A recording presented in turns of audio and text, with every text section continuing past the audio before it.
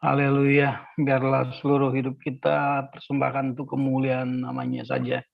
Makasih Pak Wolfgang, pujian yang luar biasa. Bapak Ibu, mari kita persiapkan hati kita. Lebih dalam lagi kita akan mendengarkan kebenaran firman Tuhan yang akan disampaikan oleh hambanya, Pastor Paul. Untuk mempersiapkan diri para lektor, kita sebelumnya akan berdoa untuk firman Tuhan. Saudari Nomi, silakan berdoa untuk firman Tuhan, Saudari Nomi.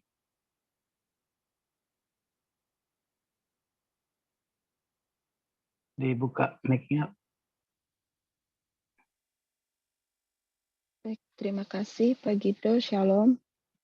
Mari kita satu dalam doa. Bapa kami yang di surga, terima kasih kami telah mendengarkan pujian penyembahan Tuhan. Biarlah pujian penyembahan ini menjadi dupa yang harum di hadapan-Mu ya Bapa. Dan kami akan mendengar renungan firman-Mu dan menanti-nantikan hal yang baru yang akan disampaikan gembala kami Pastor Paul. Engkau urapi dan berkati beliau, biar apa yang disampaikan menjadi rema dan bisa mengubah hidup setiap kami Tuhan, dan untuk tetap layak di hadapan-Mu. Terima kasih ya Yesus, amin. Amin, terima kasih Saudari Nomi.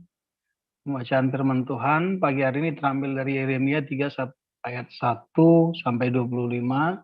Kemudian Yohanes pasal 8 ayat 1 sampai 59. Nanti untuk Yeremia 3 ayat 1 sampai 25 nanti Bu dibacakan oleh Bu Nirliana. Kemudian Yohanes 8 ayat 1 sampai 30 nanti bisa dibacakan Ibu Sarma. Kemudian dilanjutkan Yohanes 8 ayat 1, Yohanes 8 ayat 30 sampai 59 nanti Pak Apengkwe.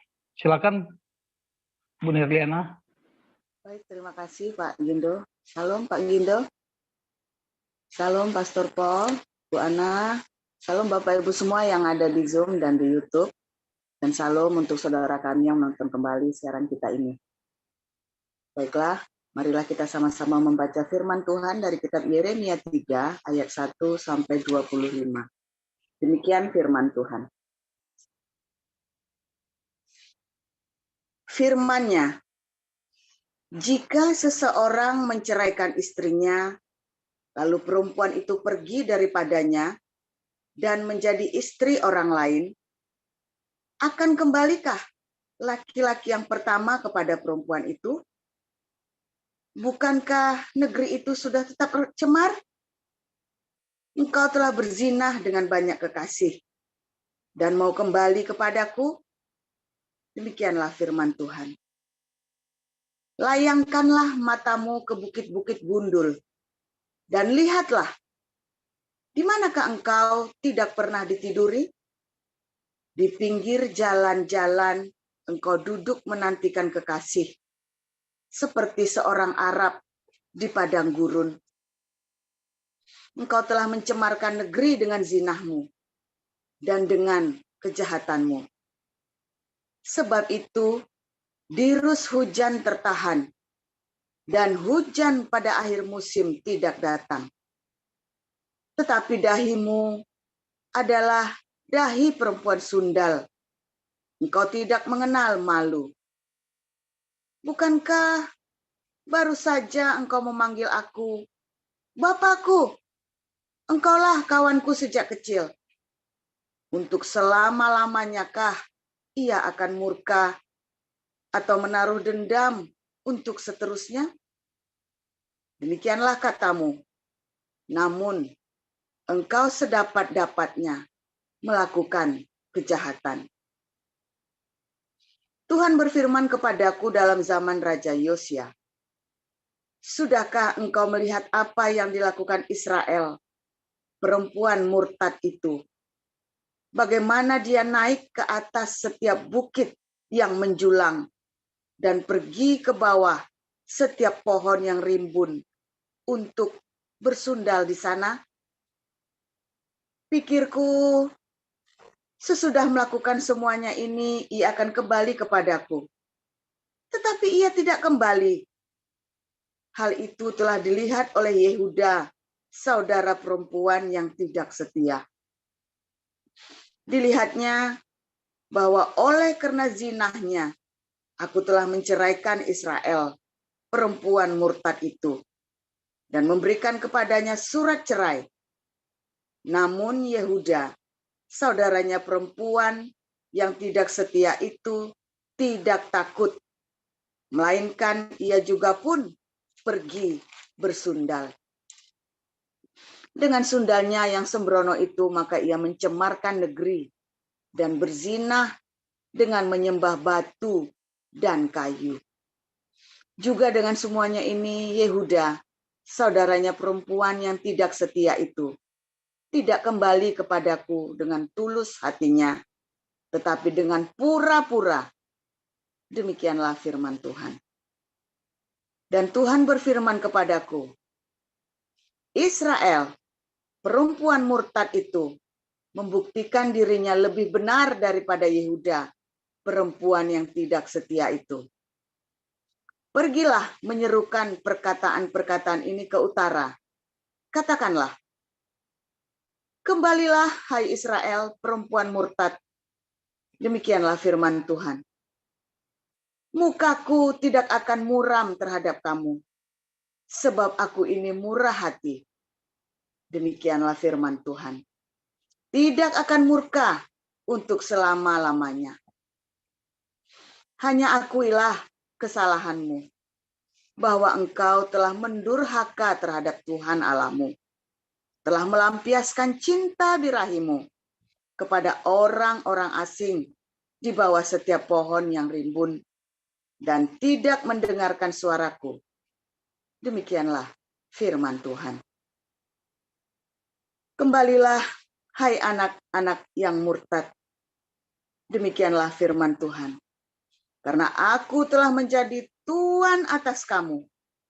Aku akan mengambil kamu, seorang dari setiap kota dan 2 orang dari setiap keluarga, dan akan membawa kamu ke Sion. Aku akan mengangkat bagimu gembala-gembala yang sesuai dengan hatiku. Mereka akan menggembalakan kamu dengan pengetahuan dan pengertian. Apabila pada masa itu kamu bertambah banyak dan beranak cucu di negeri ini, demikianlah firman Tuhan, maka orang tidak lagi akan berbicara tentang tabut perjanjian Tuhan. Ia tidak lagi akan timbul dalam hati, dan tidak lagi akan diingat orang. Orang tidak lagi akan mencarinya atau membuatnya kembali.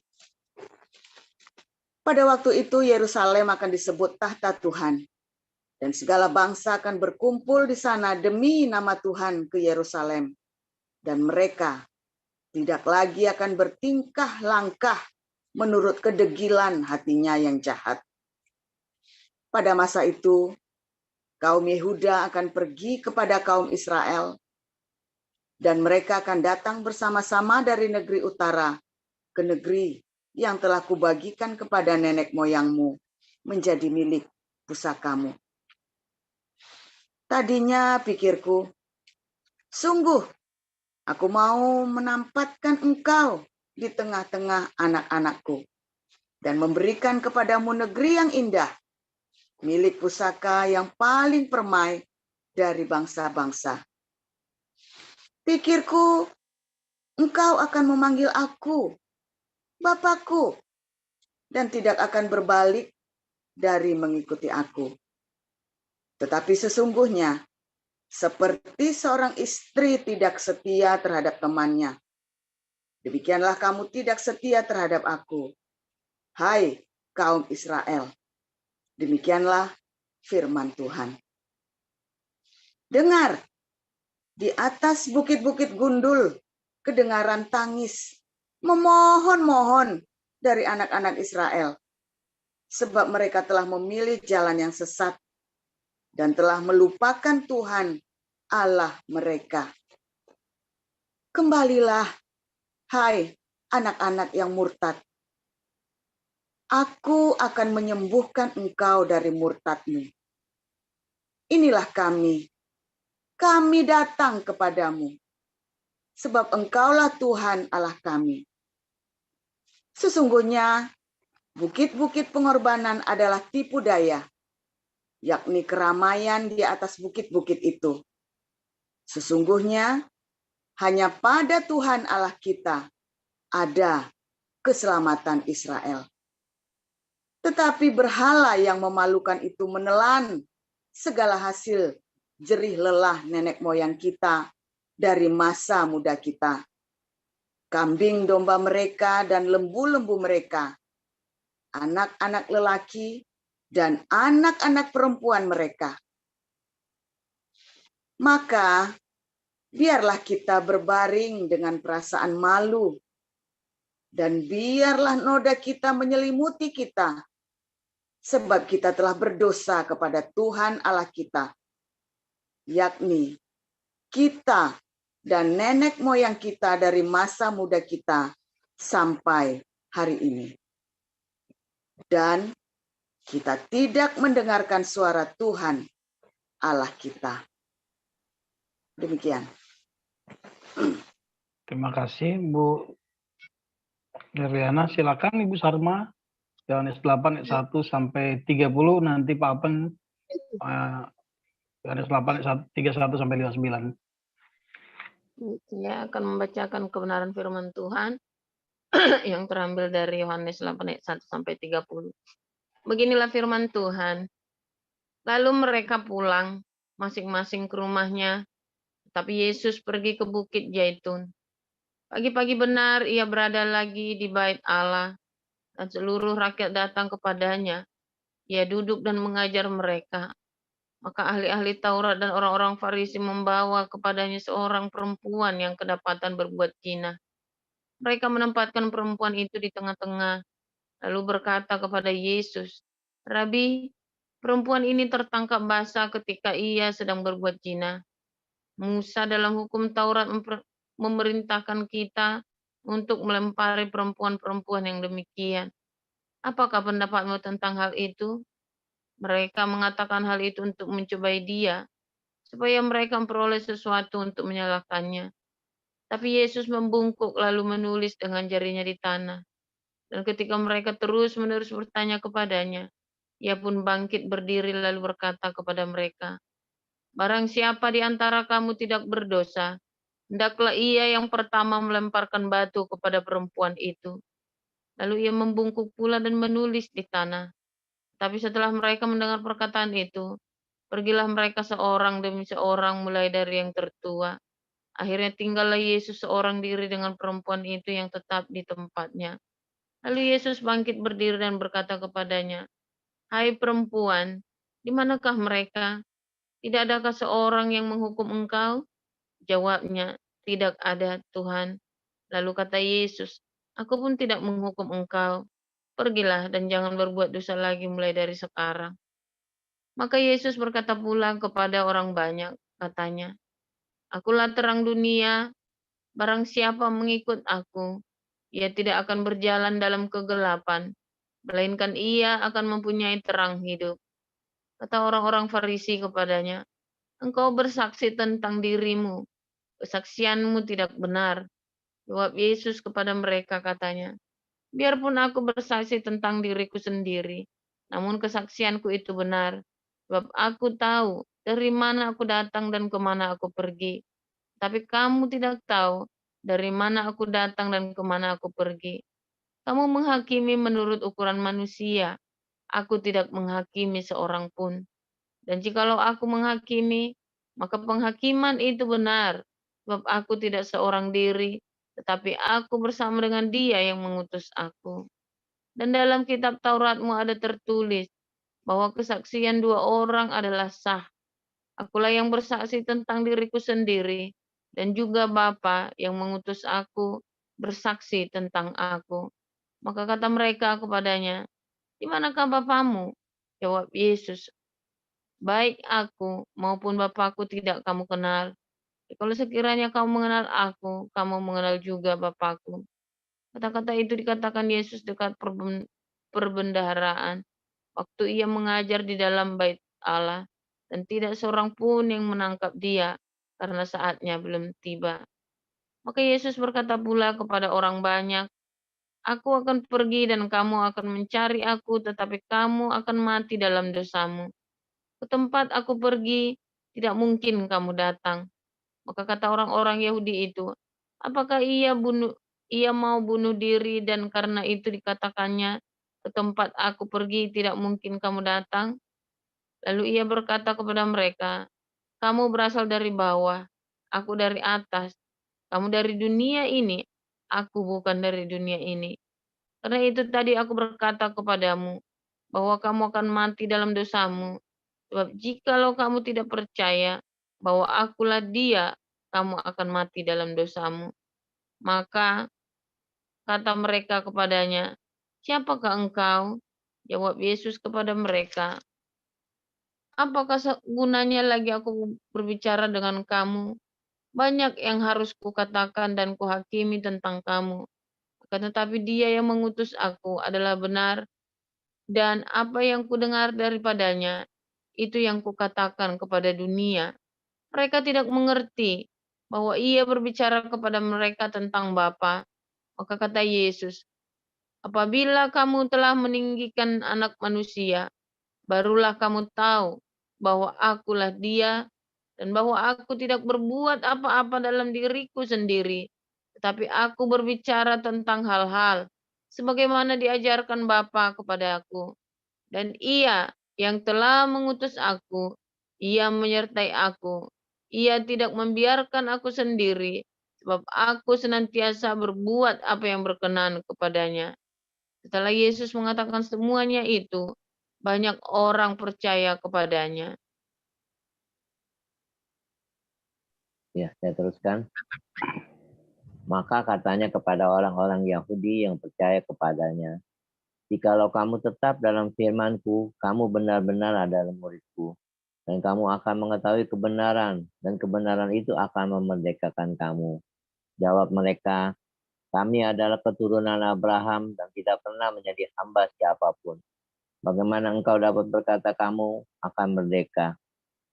Jawab kata Yesus kepada mereka, "Aku berkata kepadamu, sesungguhnya setiap orang yang berbuat dosa adalah hamba dosa, dan hamba tidak tetap tinggal dalam rumah, tetapi anak tetap tinggal dalam rumah. Jadi apabila anak itu memerdekakan kamu, kamu pun benar-benar merdeka. Aku tahu bahwa kamu adalah keturunan Abraham, tetapi kamu berusaha untuk membunuh aku, karena firman-Ku tidak beroleh tempat di dalam kamu. Apa yang kulihat pada Bapa, itulah yang kukatakan. Dan dengan demikian juga kamu perbuat tentang apa yang kamu dengar dari bapamu." Jawab mereka kepadanya, "Bapa kami ialah Abraham." Kata Yesus kepada mereka, "Jikalau sekiranya kamu anak-anak Abraham, tentulah kamu mengerjakan pekerjaan yang dikerjakan oleh Abraham. Tetapi yang kamu kerjakan ialah berusaha membunuh aku. Aku seorang yang mengatakan kebenaran kepadamu, yaitu kebenaran yang kudengar dari Allah. Pekerjaan yang demikian tidak dikerjakan oleh Abraham. Kamu mengerjakan pekerjaan bapamu sendiri." Jawab mereka, kami tidak dilahirkan dari zina. Bapa kami satu, yaitu Allah." Kata Yesus kepada mereka, "Jikalau Allah adalah Bapamu, kamu akan mengasihi aku, sebab aku keluar dan datang dari Allah. Dan aku datang bukan atas kehendakku sendiri, melainkan dialah yang mengutus aku. Apakah sebabnya kamu tidak mengerti bahasaku? Sebab kamu tidak dapat menangkap firmanku. Iblislah yang menjadi bapamu, dan kamu ingin melakukan keinginan-keinginan bapamu. Ia adalah pembunuh manusia sejak semula, dan tidak hidup dalam kebenaran. Sebab di dalam dia tidak ada kebenaran. Apabila ia berkata dusta, ia berkata atas kehendaknya sendiri. Sebab ia adalah pendusta dan bapa segala dusta. Tetapi karena aku mengatakan kebenaran kepadamu, kamu tidak percaya kepadaku. Siapakah di antaramu yang membuktikan bahwa aku berbuat dosa? Apabila aku mengatakan kebenaran, mengapakah kamu tidak percaya kepadaku? Barang siapa berasal dari Allah, ia mendengarkan firman Allah. Itulah sebabnya kamu tidak mendengarkannya, karena kamu tidak berasal dari Allah. Orang-orang Yahudi menjawab Yesus, bukankah benar kalau kami katakan bahwa engkau orang Samaria dan kerasukan setan? Jawab Yesus, aku tidak kerasukan setan, tapi aku menghormati Bapakku dan kamu tidak menghormati aku. Tetapi aku tidak mencari hormat bagiku. Ada satu yang mencarinya, dan dia juga yang menghakimi. Aku berkata kepadamu, sesungguhnya barang siapa menuruti firmanku, ia tidak akan mengalami maut sampai selama-lamanya. Kata orang Yahudi kepadanya, sekarang kami tahu bahwa engkau kerasukan setan, sebab Abraham telah mati, dan demikian juga nabi-nabi. Namun engkau berkata, barang siapa menuruti firmanku, ia tidak akan mengalami maut sampai selama-lamanya. Adakah engkau lebih besar daripada bapak kita Abraham yang telah mati? Nabi-nabi pun telah mati. Dengan siapakah engkau samakan dirimu? Jawab Yesus, jikalau aku memuliakan diriku sendiri, maka kemuliaanku itu sedikit pun tidak ada artinya. Bapakkulah yang memuliakan aku. Tentang siapa kamu berkata, dia adalah Allah kami, padahal kamu tidak mengenal dia. Tetapi aku mengenal dia, dan jika aku berkata aku tidak mengenal dia, maka aku adalah pendusta, sama seperti kamu. Tetapi aku mengenal dia, dan aku menuruti firman-Nya. Abraham bapamu bersuka cita bahwa ia akan melihat hariku, dan ia telah melihatnya dan bersuka cita. Maka kata orang-orang Yahudi itu kepadanya, umurmu belum sampai 50 tahun, dan engkau telah melihat Abraham. Jawab Yesus kepada mereka, aku berkata kepadamu, sesungguhnya sebelum Abraham jadi, aku telah ada. Lalu mereka mengambil batu untuk melempari dia, tapi Yesus menghilang dan meninggalkan bait Allah. Demikian firman Tuhan. Ya, terima kasih Bu Nirliana, Bu Sarma, Pak Apeng, dan Pak Yuda. Firman Tuhan pagi ini judulnya Pesundal. Silakan Pastor Paul. Ya, haleluya, luar biasa firman Tuhan selalu baru setiap hari ketika kita menanti-nantikannya dengan cinta yang tulus, saudara ya. Hari ini judulnya Pesundal ya. Ketika kita membaca Perjanjian Lama, ya itu adalah sebuah metafora, ya metafora atau kiasan dari kehidupan kerohanian hari ini. Jadi ketika ada orang bilang bersundal, artinya dia tidak setia kepada Tuhan Yesus, ya. Dia tidak tetap pada iman, karena iman itu mengandung kata setia, ya, iman, ya. Iman itu adalah sebuah kata setia yang terus-menerus, saudara, ya. Itulah iman, kesetiaan. Nah, ketika saudara bergeser imannya, tidak tetap teguh dalam imannya, sebetulnya Anda sedang tidak setia. Nah, apalagi kemudian tadinya Anda percaya Tuhan menolong, tadinya Anda berseru-seru kepada Tuhan, kemudian Anda panik lalu minta pertolongan kepada saya. Atau mengandalkan Pak Apeng, atau Anda mengandalkan siapa, tantemu, om kamu, siapapun itu, saudara ya. Sebenarnya Anda sedang bersundal secara rohani, bukan cuma ke Gunung Kawi itu, saudara. Ya, tetapi ketika kita tadinya kita berharap kepada Tuhan Yesus, lalu kita berharap kepada uang kita, mengandalkan tabungan, mengandalkan title kita, mengandalkan kepandaian kita, itu sebenarnya kita sedang bersundal. Di dalam era Perjanjian Baru, di dalam Yohanes 8 yang tadi kita baca, itu adalah transisi dari Perjanjian Lama ke Perjanjian Baru, di mana terjadi persundalan rohani yang luar biasa di dalam sana. Orang-orang berseru-seru kepada Tuhan Yesus, berseru-seru kepada Adonai Elohim, tetapi hatinya sebenarnya jauh dari Tuhan. Makanya Yesus berkali-kali mengutip ya, bangsa ini beribadah dengan bibirnya, mulutnya, tapi hatinya jauh. Ya, makanya dikeraskan hatinya, jadi nggak ngerti. Dia dibikin dekil, dibikin udah sekalian, nggak ngerti sekalian. Sebab kalau dia ngerti, maka dia jadi tambah berdosa, saudara. Kalau dia sudah mengerti, ya, tetapi memang dasarnya hatinya sudah serong, jadi malah berdosa. Di ayat yang lain kata, kami nggak buta. Kalau kamu nggak buta, karena kamu ngomong kamu nggak buta, ya itu kamu justru berdosa. Kalau kita buta, ya, tetapi kemudian kita menyangkal Yesus, orang-orang yang terlahir Islam, ya, kemudian dicekokin sama ustadz-ustadznya kebohongan tentang Yesus, ya dia berdosa. Tetapi Tuhan terus mencurahkan kasih karunia itu supaya matanya melihat. Tetapi ketika orang, enggak, kami enggak buta, nah disitulah dia berdosa. Dan disitulah dia kemudian melakukan penghujatan kepada Roh Kudus, saudara. Ya, karena dia kemudian mengklaim di dalam nama Tuhan atau bersumpah. Ya, seperti orang-orang Yahudi ketika salibkan dia, biarlah darah tertanggung pada kami dan keturunan kami. Jadi, saudara, 2000 tahun dibuang itu orang-orang Yahudi keluar. Diasingkan, tertanggung pada kami dan keturunan kami, saudara. Ya, itu menghujat Roh Kudus itu, saudara. Dia melihat, mereka melihat mujizat-mujizat. Makanya Tuhan Yesus berkata, kalau kamu nggak percaya pada perkataanku, setidak-tidaknya kamu percaya dengan segala perbuatan yang kulakukan. Dari buahnya itu loh, saudara. Tapi enggak, orang-orang ini kemudian mengeraskan hatinya, makanya dibikin degil sekalian. Sebab kalau dia tidak dibikin degil, maka tidak ada pengampunan lagi buat dia. Makanya Roma 11, Paulus berkata, sebagian Israel dibikin tegar tengkuk, ditutup, supaya tetap ada pemulihan bagi Israel. Ya, ada orang dibikin buta. Tadi malam ikut koinonia, ya, diputar ulang koinonia tadi malam. Sebentar, pengumuman. Kita bukan jam 11 tapi jam 12, ya.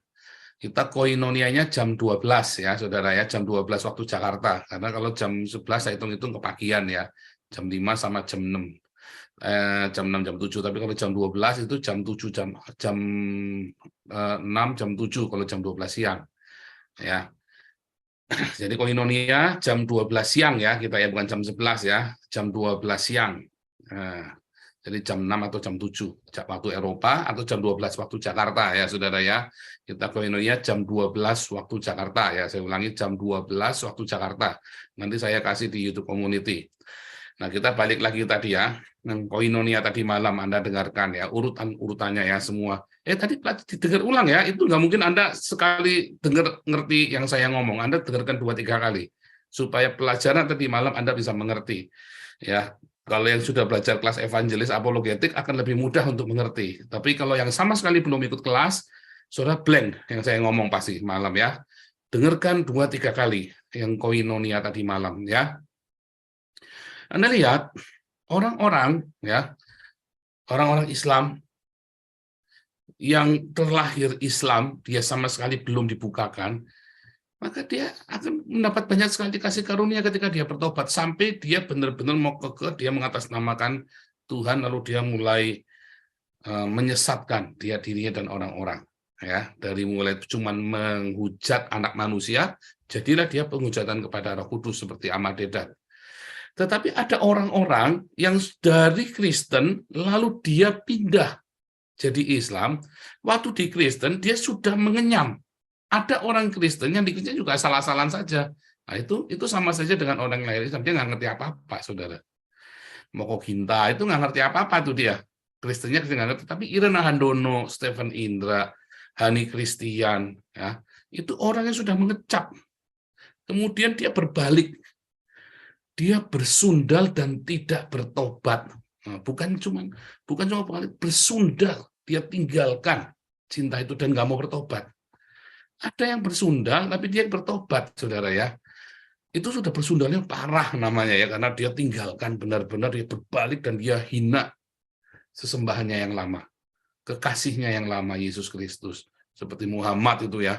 Terakhirnya dia teriak-teriak Muhammad itu, ya, sama minta pengampunan, minta temukanlah aku dengan sahabat yang maha tinggi, Yesus maksudnya, ya.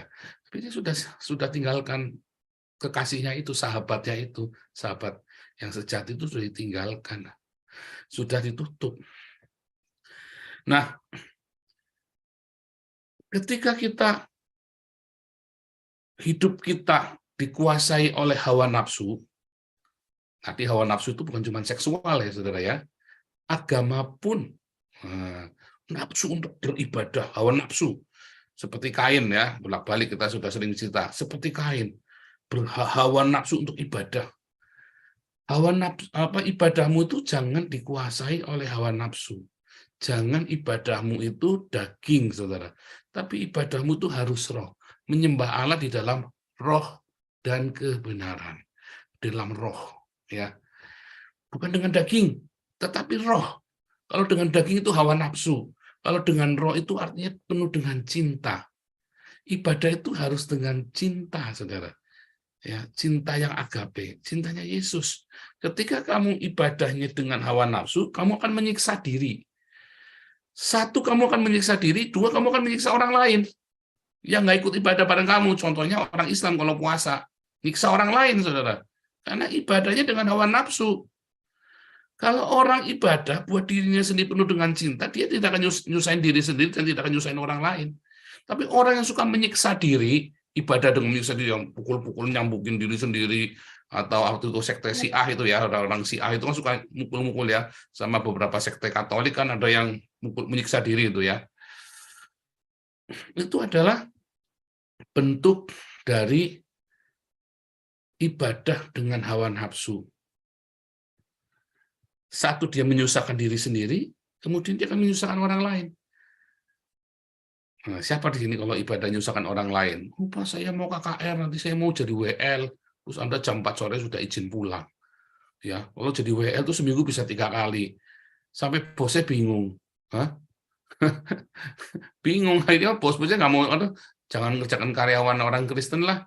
Kenapa KKR terus? KKR terus. Ya, berangkatnya jam 9, pulangnya jam 4. Repot, saudara. Itu namanya bikin susah orang lain ibadahmu itu, saudara. Nggak benar itu. Ya, oh dikit-dikit bolos. Oh, saya seminar Pak di gereja. Hati-hati, saudara ya. Anda sedang bikin susah orang lain, itu namanya ibadahmu itu. Nah, dan itu sebetulnya Anda sedang berjinah dengan ibadahmu. Orang-orang Farisi dan ahli-ahli Taurat, orang Saduki di zaman Yesus dan para rasul, ya, saat itu mereka sedang berselingkuh, sedang bersundal. Nah, persundalannya adalah sebuah masturbasi rohani, saudara. Nah, apa namanya? Siapa yang punya? Edward Cole yang nulis buku Maximize Manhood, Kesempurnaan Seorang Pria. Buku lama banget ya. Tahun berapa tuh? Tahun 90-an itu ya. Pria sejati itu loh, saudara. Kalau Anda pernah dengar pria sejati, Edward Cole. Dia tulis ya di buku itu ya. Banyak laki-laki atau perempuan, suami atau istri, yang akhirnya tidak bisa kemudian melayani atau melayani pasangannya karena dia sibuk dengan film jorok, saudara, dengan film bokep, dan dia kemudian masturbasi ya berkali-kali sehari sampai capek. Kalau yang perempuan ibu-ibu nonton opera sabun sampai dia akhirnya nggak bisa melayani keluarganya, nggak bisa melayani suaminya. Akhirnya disitulah mulai terjadi konflik di dalam rumah tangga. Ya, dia mengalami masturbasi rohani, saudara. Nah, kalau di dalam kerohanian ya masturbasi rohani. Dia sibuk dengan teori-teori agama, tapi dia tidak ketemu Tuhan. Dia sibuk dengan ritual-ritual agama, tidak ketemu Tuhan. Sama, itu juga sama, perjinahan itu persundalan itu, saudara. Ketika Anda datang kepada agama, Anda sedang bersundal, saudara. Bersundal dengan agama itu. Dan iblis dengan cara yang licik, dia geser Anda kepada agama, saudara, bukan kepada Tuhan. Anda tidak ketemu Tuhan, ketemu agama, orang Islam, orang Kristen, orang Hindu, orang Buddha. Anda ketemunya agama, dan Anda jadi nyusahin dirimu sendiri dan nyusahin orang lain. Karena Anda nggak mau nyusahin diri sendiri, orang lain disuruh bikin susah sama Anda. Gereja ditutup, lagi ibadah ditutup, supaya Anda ngumpulin amal, karena Anda sendiri tidak mau beramal. Supaya Anda punya amal yang paling gampang mengganggu orang lain, ibadahnya orang lain. Karena dengan mengganggu ibadahnya orang lain, Anda dapat pahala. Iya kan? Itu yang terjadi itu kenyataan. Mau agama apapun, sama saja, saudara. Ya, orang GBI itu paling suka ganggu orang Betani dulu tuh, zaman saya dulu ya. Orang GBI paling suka ganggu orang Betani itu, laporin ke polisi. Iya kan? Kan begitu kan, itu fakta, jangan ngomong enggak, saudara. Anda mau apa-apaan sama saya, tak tunjukin buktinya nanti semua. Memang itu, orang yang ibadahnya tuh dia malas untuk berbuah, maka dia pikir dengan dia ganggu, dia dengan membela agama Tuhan, dengan membela sinodenya dia, dengan membela agamanya dia dapat pahala. Itu ibadahmu tuh bikin susah orang lain. Orang-orang Kristen Protestan kan paling suka ngelaporin saksi Yehova ke polisi kan, zaman dulu kan, zaman sebelum Gus Dur melegalkan saksi Yehova. Kalau ada saksi Yehova langsung dilaporkan ke polisi. Yang laporin orang Kristen semua tuh, kalau ada saksi Yehova masuk penjara itu yang laporin orang Kristen tuh, saudara. Dulu ada beberapa kenalan saya masuk penjara karena dia saksi Yehova ya, saudara ya. Sama itu nggak beda itu, saudara ya. Karena Anda ibadahnya dengan hawa nafsu, ya. Jadi sebenarnya sama saja, mau yang Kristen, mau yang Islam, sama saja. Karena Anda beribadah dengan Anda berbuah nggak? Enggak, Anda masturbasi. Anda masturbasi rohani. Itu sebenarnya adalah persundalan, saudara. Ingat ketika anaknya Yehuda yang namanya Onan, ya dia tidak mau meneruskan keturunan kakaknya, lalu dia bermasturbasi, air mani keluarin, dibunuh sama Tuhan, saudara ya. Dalam tanda kutip ya, dibunuh oleh Tuhan. Itu makanya Tuhan buat izinkan setan menghabisi nyawanya kan, nggak berguna. Nah itu yang terjadi, saudara. Makanya saudara, ketika Anda saat ini sedang di dalam posisi memuja agama, Anda sedang asik dengan teori-teori agama, Anda sedang asik dengan perdebatan agama, tapi Anda lupa, Anda harus berbuah. Oh, itu bahaya, saudara. Akhirnya Anda akan digeser hatimu, saudara. Bukan kepada Tuhan, tetapi kepada kesibukanmu yang lain. Baik itu masturbasi rohani, atau maupun kepada berhala. Kepada apa yang menjadi kesibukanmu sekarang? Anda yang sibuk bekerja, ya, Anda andalkan uangmu, tidak andalkan Tuhan lagi, dan itu Anda sedang bersundal itu, saudara. Yohanes 8 itu dimulai dari 1, ketika ada perempuan sundal yang dibawa, saudara. Ini perempuan sundal, bunuh ya, katanya mereka kan. Nah, lalu Yesus nulis-nulis di tanah. Kalau Anda baca dalam Yeremia, yang ditulis adalah nama-nama mereka, saudara. Kan dulu kita sudah belajar ya, bagaimana orang tahu ini perempuan bersundal, nggak ada laki-lakinya, saudara. Kalau berzina ya, kalau berzina itu kan selalu berdua, saudara. Nggak mungkin sendirian. Kalau sendirian namanya masturbasi. Tapi berdua dia, ya kan? Mana laki-lakinya? Nggak ada. Dari mana kamu tahu? Ditulis namanya satu sama Yesus. Yang tidak pernah berdosa, sama dia maksudnya kan? Ditulis. Sebenarnya semua sudah pernah pakai. Makanya mereka tahu bahwa ini adalah pezina perempuan ini. Karena mereka semua sudah pernah pakai dia, saudara. Ditulis namanya satu-satu. Yang ketangkep bisa dirajam bareng-bareng sama perempuan itu, saudara. Makanya mereka pergi. Tetapi di dalam terakhirnya, Yesus juga dituduh anak pezina, ya kan? Kami bukan anak-anak pezina, ya, karena Yesus dilahirkan tanpa ayah, saudara. Ya, Yesus dilahirkan tanpa ayah. Oh, bayangin ya. Karena dari Roh Kudus kan, dan itu cukup di kalangan orang-orang Yahudi mereka tahu ya. Di Talmud pun ditulis ya, dalam Talmud Yerusalem pun ditulis Yesus anak haram, ya anak hasil zina. Ditulis, saudara ya. Disindir, Yesusnya itu disindir sebagai anak zina. Karena kami bukan anak-anak zina, dia bilang begitu ya. Tapi justru karena itulah, saudara, karena ibadah yang dengan hawa nafsu itu, mereka tidak melihat, mata mereka tidak dibukakan.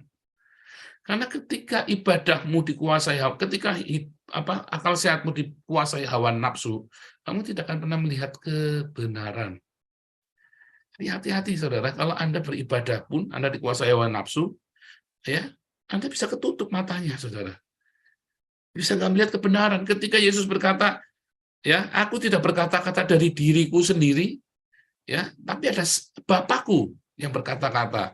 Bahwa ada dua saksi, yaitu Bapakku dan aku. Mereka nggak ngerti, saudara. Kamu tidak mengenal Bapakku, nggak ngerti mereka. Siapakah Bapak itu?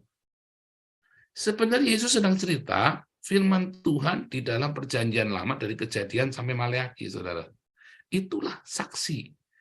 Itulah saksi Yesus bahwa Yesus datang menggenapi itu, saudara. Itulah Sang Bapa. Bapa pada mulanya adalah Firman. Firman itu bersama-sama dengan Bapa, dan Bapa itulah Firman. Iya kan? Jadi ketika dua saksi, yaitu Sang Bapa dan penggenapannya. Bapa adalah penubuatnya, ya, firman-Nya yang janji kedatangan Mesias. Yesus adalah penggenapan. Itu dua saksi, saudara. Untuk menggenapi, untuk menjadi Yesus yang menggenapi firman Allah. Torah dan para nabi kan bolak-balik selalu dibilangin. Itu yang membuat orang-orang tidak mengerti tentang penggenapan ini karena hatinya sudah ditutup. Ditutup oleh hawa nafsunya dia sendiri. Hawa nafsu ibadahnya dia. Dia berpikir ibadah itu dia lakukan ya poin 1, ya kan, poin 2 dapat kredit 3, kredit 4. Ngumpulin pahala, ngumpulin dengan cara melakukan ritual dan simbol-simbolnya itu, saudara. Makanya hal yang esensialnya ketutup, nggak kelihatan. Ketika dia dibukakan tentang makna dari semua itu adalah cinta, mereka nggak ngerti. Ada beberapa pendeta ya ngomong ya, Tuhan lebih mencintai kebenaran daripada damai. Oh salah, saudara ya. Ngeri, ini pendeta ini ngeri, saudara. Kalau bisa jadi mayoritas, pendeta ini akan jadi tukang jagal, saudara. Jangan Anda percaya saya. Ketika nanti Kristen jadi mayoritas, pendeta-pendeta macam gini jadi tukang jagal nanti. Untuk kayak orang Islam, angkat senjata, saudara. Tajam batu. Ayo, bunuh, telanjangi, gitu kan, saudara. Oh, pendeta ini jadi tukang jagal nanti. Jangan nggak percaya saya, saudara. Serem ya, serem. Dan itu yang terjadi nanti. Karena makna semua ibadahmu seharusnya adalah cinta. Jadi kata carilah kerajaan Allah dan kebenaran, itu carilah sedekah. Kebenaran itu bahasa Ibrani-nya sedekah. Ya, ketika dia tidak mau fokus untuk sedekah, sedekah itu termasuk di dalam segala perbuatan baikmu, itu sedekah, bukan hanya uangmu, saudara. Walaupun sebagian besar ceritanya tentang uang, tetapi juga segala perbuatan. Cinta kasihmu itu adalah sedekah. Kita lupa dengan buah dari ibadah kita. Maka sebenarnya kita sedang bersundal.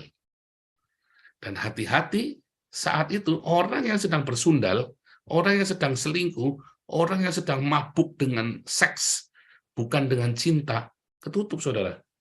Di rumahnya itu dia nggak pikir ada cinta. Pokoknya dia pengennya ngesek. Cabul, hawanya cabul di rumah itu. Dia nggak kepikir anaknya nanti mau jadi apa, masa depannya bagaimana.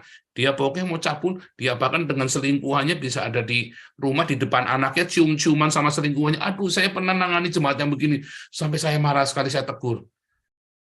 Sampai saya tegur waktu itu ya. Kok bisa sampai begitu? Gua tak tanyain, wah ini semangat sekali, saudara ya. Wah, sangat semangat melayani pendoa syafaat. Tapi kemudian saya dengar ceritanya ini si pendoa syafaat ini sama temennya, sesama guru ya, guru lagi, saudara ya, guru lagi. Dia sosor-sosoran begitu ya di depan anaknya. Wah, ngeri, saudara. Orang begitu sudah dikuasai oleh hawa nafsunya, dia sudah nggak mikir, saudara. Wah, badannya ibadah, wah kelihatannya sudah, iya, berapa sih? Kelihatannya penuh dengan penyesalan di gereja, tetapi tiap hari cabul, saudara. Karena akal sehatnya udah ditutup. Dia nggak akan melihat kebenaran, nggak akan melihat. Baik itu dikuasai hawa nafsu, dikuasai oleh hawa nafsu keserakan, pengen kaya. Oh, termasuk ya, saya pernah dikuasai oleh hawa nafsu, pengen punya uang banyak. Tadinya untuk apa? Karena untuk berbuat baik, ya. Untuk saya bisa bikin pelayanan, tetapi dikuasai oleh hawa nafsu itu, di drive. Ya, itu salah, saudara ya, di drive itu. Kelihatannya baik ya tujuannya, tetapi itu salah, itu hawa nafsu. Bahkan tujuan yang baik pun tidak boleh dicapai dengan cara yang tidak baik, loh, saudara. Ya, Roma 3 ayat 7 dan 8. Kamu tidak boleh memberitakan kebenaran dengan cara yang tidak benar. Ya, Roma 3 ayat 7 dan 8. Bacanya yang lengkap ya. Orang Islam yang ada di sini yang dengar khotbahnya saya hari ini, ya hati-hati loh. Ustadz-ustadzmu itu suka nipu kamu ya. Roma 3 ayat 7 dan 8 itu 2 ayat nggak boleh dipisah. Ya, harus satu itu ayatnya karena itu nyambung, bahasa aslinya itu nyambung, nggak dipisah begitu. Kamu tidak boleh mengatakan kebenaran dengan berdusta, tidak boleh memberitakan kebenaran dengan dusta. Kamu tidak boleh mencapai tujuanmu yang baik, yang mulia itu dengan cara yang tidak benar. Nggak boleh, saudara. Itu hawa nafsu. Ya, sempat di dalam komunitas kita, oh ini sempat ya, dibaptis lalu ditawari duit, saudara. Oh sempat, saudara ya. Oh saya marah sekali waktu itu ya. Saya marah sekali. Saya bilang nggak boleh. Kamu kalau mau kasih duit aja, nggak apa-apa. Kalau gitu, Bu Vivin yang baptis, kamu kasih duitnya. Saya gituin, saudara, jadi orangnya. Kalau gitu nanti nggak jalan, Pak Paul. Nggak apa-apa, biarin aja. Oh, saya mah tegel, gitu, saudara ya. Jadi Anda yang mau dibaptis karena duit, ya Anda akan gigit jari, saudara ya. Nah, kita tegas, kita galak loh, saudara, dari sini ya. Kita nggak butuh kejar, kita nggak kejar omset jumlah baptisan, saudara ya. Karena orang yang mau percaya kepada Yesus itu bukan karena kemampuan kita, bukan karena Anda dan saya, ya saudara ya, karena pekerjaan Roh Kudus. Tugas kami hanya memberitakan. Itu namanya ya, metode adalah memberitakan dengan cara tidak benar, sambil ngiming-ngiming itu. Oh kita nggak mau, saudara. Kita bilang, oh sorry, kita nggak bisa. Saya nggak mau. Pokoknya mau dibaptis. Saya nggak mau ngiming-ngiming duit. Oh harus begini, enggak, pakai begini. Dia kekurangan ya kita bantu. Kalau dia enggak, kalau kita bantu sebisanya kita, jangan kamu malak kita malah. Itu namanya saudara jadi Kristen karena mau duit kan. Nah, itu nggak boleh, hati-hati saudara ya. Kita mah enggak urusan. Anda kalau mau keluar lagi boleh, Anda mau murtad lagi sana saudara ya. Emang gua pikirin selamat dirimu sendiri kok. Ya kan, dan uangnya juga bukan uang saya saudara ya. Hati-hati ya saudara ya. Nah itu saudara namanya ibadah dengan hawa nafsu. Dan kita juga nggak mau, kita mau kejar setoran ya. Oh, janji semua dibaptis, kita nggak pelihara, oh nggak bisa. Kamu tidak ikut pemuridan, ya. Kamu yang selama ini ditunjang internetnya, kuota internetnya, putus langsung. Oh, kita nggak kompromi, tidak kompromi. Kamu tidak ikut pemuridan, kamu tidak ikut doa pagi, putus kuota internetnya. Nggak ada alasan, saudara ya. Oh, nggak ada alasan ya, saudara ya. Serius ya. Saya nggak main-main dengan ini ya. Karena kita tidak beribadah dengan hawa nafsu. Kita nggak mau kejar setoran. Kita mau kamu dibangun, kamu diberkati, kamu dididik dengan benar di sini. Ya. Supaya kamu bisa beribadah, mengerti apa yang namanya beribadah di dalam roh. Yaitu rema. Kamu memperoleh rema tiap hari. Dan di dalam roh dan aletheia, hatimu tulus beres, bukan karena mau sembako, bukan karena mau dimintain malakin kita mintain duit. Oh enggak saudara ya. Itu namanya ibadah dengan hawa nafsu. Itu salah satunya yaitu saudara ya. Begitu saudara ya. Jadi hati-hati. Cek hati, periksa kepala kita, hati kita yang murni. Aletheia itu selalu penting ya. Aletheia itu kamu akan mengetahui aletheia dan aletheia akan membebaskanmu, saudara. Kalau kamu tidak aletheia, wah repot. Awalnya dari aletheia dulu. Tuhan Yesus memberkati.